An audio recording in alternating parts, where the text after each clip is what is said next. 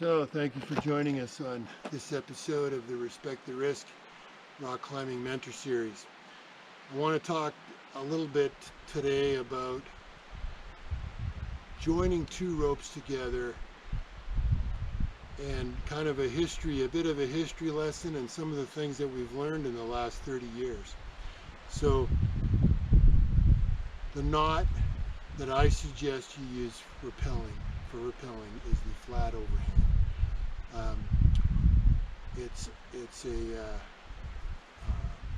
The knot is strong. It's got a rolling strength that's been tested at around 1,400 pounds, which is typically more than you can generate on a rappel. The knot will also tend to float over edges.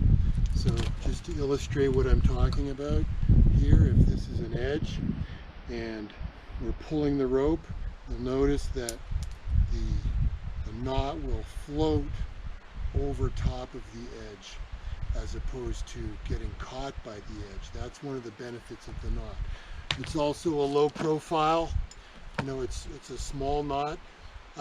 Some folks will do an additional backup. Of course, that ends up making a bigger knot, which becomes more likely to get caught.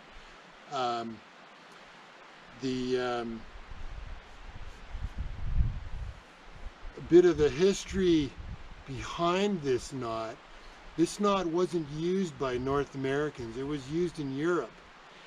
And I'm going to talk about this because there's still people that call this knot the European death knot or the EDK knot. And I think that was likely because when we in North America saw, we didn't trust it. We were either using a Double Fisherman's or we were using a flat 8 knot, which I'll get to in a minute. When I first started climbing, I was told to use the Double Fisherman's. So the Double Fisherman's is a great knot. It's very strong. In fact, the rope will fail before a double Fisherman's fails. So why did we stop using the Double Fisherman's?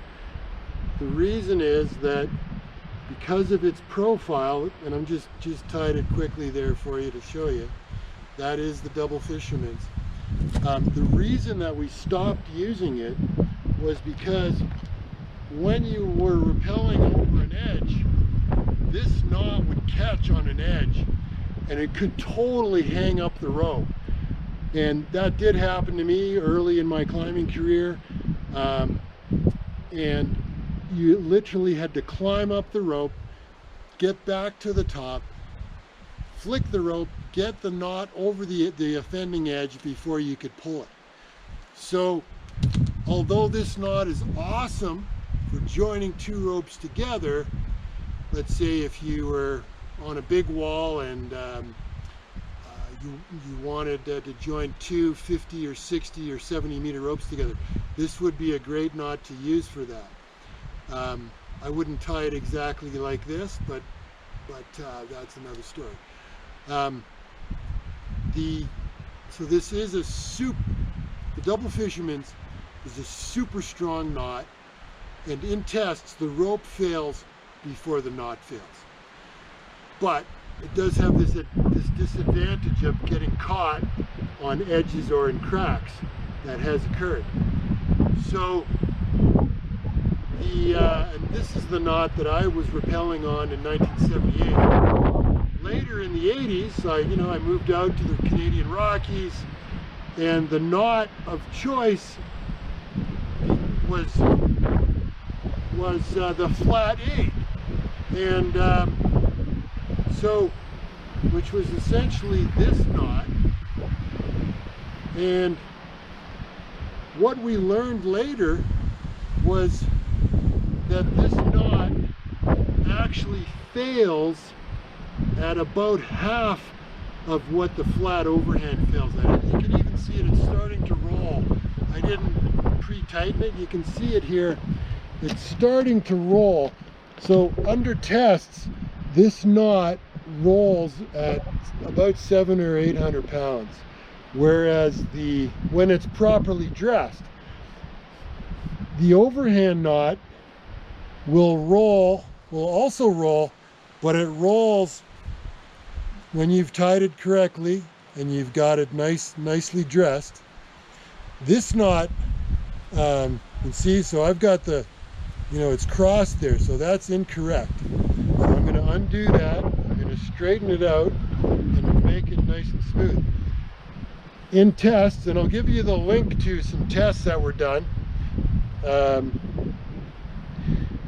this knot will also roll, but it's been shown to roll at about 14 or 1500 pounds when it's properly dressed. As I said, when you totally tighten each strand and you don't have anything crossed, that will roll at about 1400 pounds. So, of course, what's interesting is I didn't learn this myself until actually about 5 years ago. I'd had a short, a bit of retirement from climbing, and some of these studies that came out were, from around 2010. And so when I learned, I had used the figure 8, and granted, I never had it roll on me, but people have been killed when they use the flat 8 for rappelling because of it rolling. And so we've stopped using that, and there's some folks out there that don't want to use the name European Death Knot. They don't want to refer to it as the EDK because of the bad rap. And I think it's important that if you're out and about, you are going to hear that. People are going to say, oh, you use the EDK, and you're going to say, oh, what does EDK stand for? Oh, it stands for the European Death Knot. Well, as a matter of fact, it's actually safer than the flat 8, and it fails at about twice the load.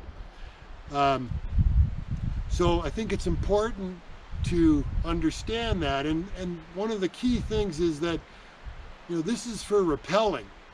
It's not for a loading scenario. If you're going to have larger loads, or you have to tie 2 ropes together for leading, don't use this knot. You would use Double Fisherman's, or you would use the Overhand Follow Through, which is quite a bit different.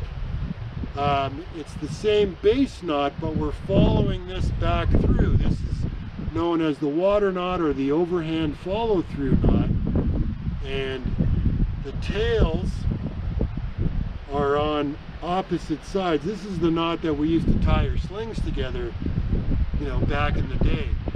And you want to make sure that you get the form correct, but that is the overhand follow through. So I'm not needing to teach you that right now. I'm doing that for an illustration, because I want to give you the history. So my own personal history was, I started out with Double Fisherman, bomb-proof knot. The rope will fail before the knot fails. Then I was coached to use the flat 8 for the reason of that it would roll over, it would roll over the edges, that like we talked about. You got the sharp edge, and the flat 8 would roll over it. Not knowing at the time in the mid-80s that this knot failed at about half of the load of the flat overhand knot. And so now I use the flat overhand. The flat overhand is, and dress it well, and leave a minimum 12, so 30 centimeters, 12 inches, or 45 centimeters or 18 inches of a tail for the flat overhand knot. So I think it's important, for new climbers to hear about that history.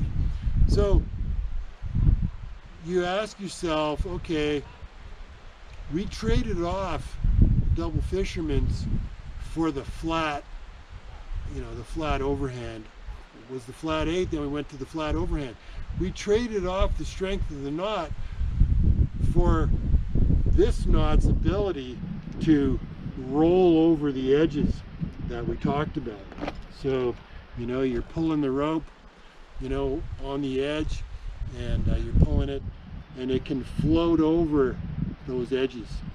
So we traded the strength of the knot for this knot's ability to not get hung up.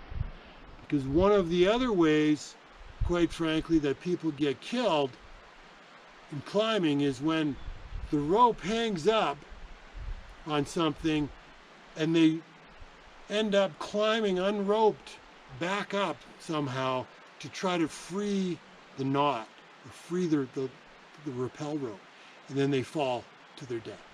So that is another way that people get killed. What started to happen in some of the reports was that the flat 8 started to fail. More people were getting killed from the flat 8 than they were from the rope getting stuck and trying to retrieve their rope. So that's when a lot of this testing was done, and I believe in between 2000 and 2010, the tests that I'm talking about, I believe, were completed in 2009, the static tests. So it's important to have the background, I think.